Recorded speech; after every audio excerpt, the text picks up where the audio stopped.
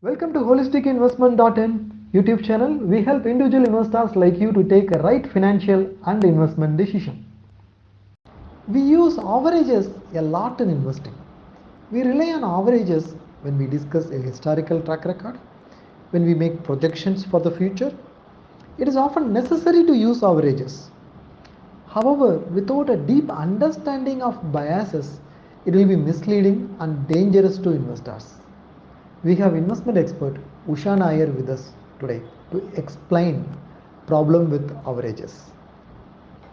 This is the story of a statistician who was trying to swim a river.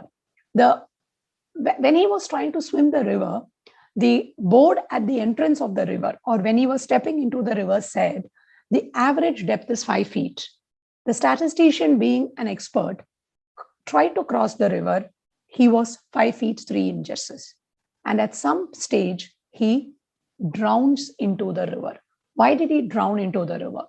He drowned because it said the average depth is 3 feet. It didn't say the depth at every point is 3 feet.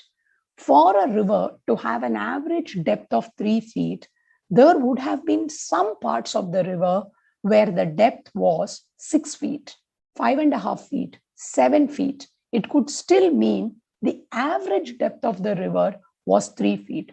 I, being that statistician who is only 5 feet 3 inches in height, will definitely drown when I reach the point which is 6 feet or 7 feet if I do not know swimming.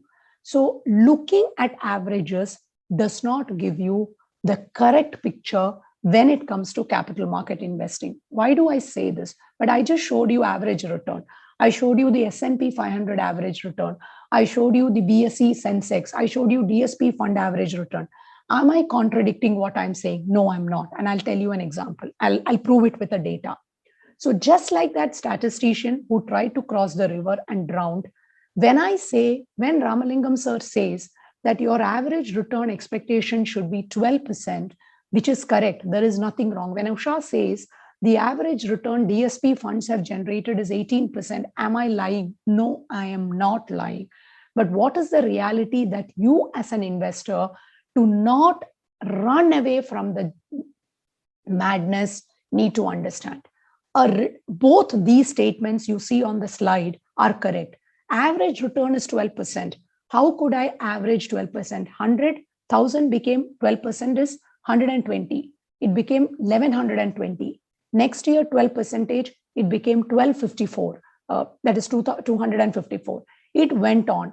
The final value is 1762, which in 5 years gave you a return of 12%. This is simple Excel maths, class 7 maths that we have all studied and gone.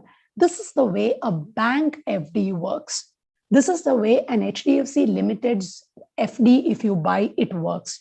This is not how stock market works.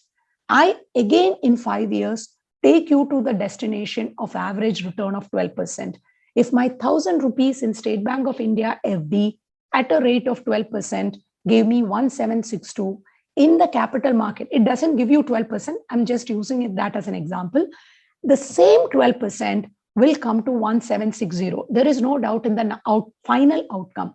But the journey, like the statistician who was crossing the river, there was 8% return 1 year, 14% return another year, 48% return the third year, minus 3%, and then in the last year it was 32%.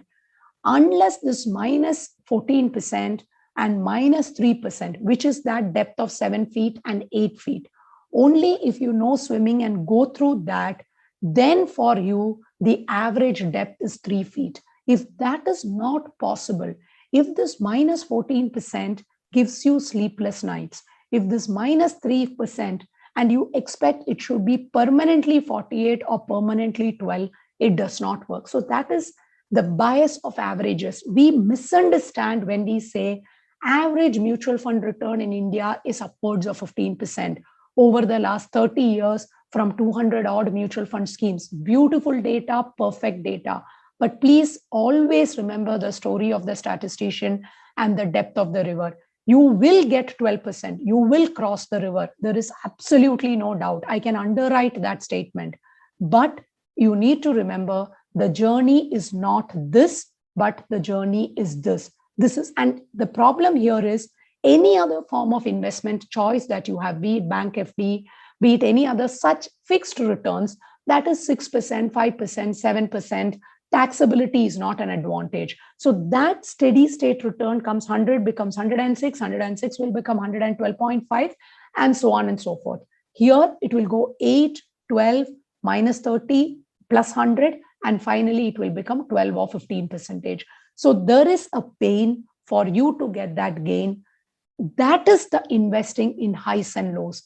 Now, net result will be the same, but you need to understand highs and lows are part of the market, and being in the low, taking that pain is important to make that gain. If you have any questions related to this or any other investment options or related to your financial goals, feel free to book a free appointment with our financial planner. The link to the free booking is given in the description below this video. Also, will you be interested to attend insightful investment webinars? Then feel free to register for our upcoming insightful enlightening investment webinar, and it is completely free. The registration link for the upcoming webinar is also given in the description box. If you like this video, please give a thumbs up. Also share it in your social circle. If you are not subscribed to our YouTube channel so far, please subscribe now. Bye.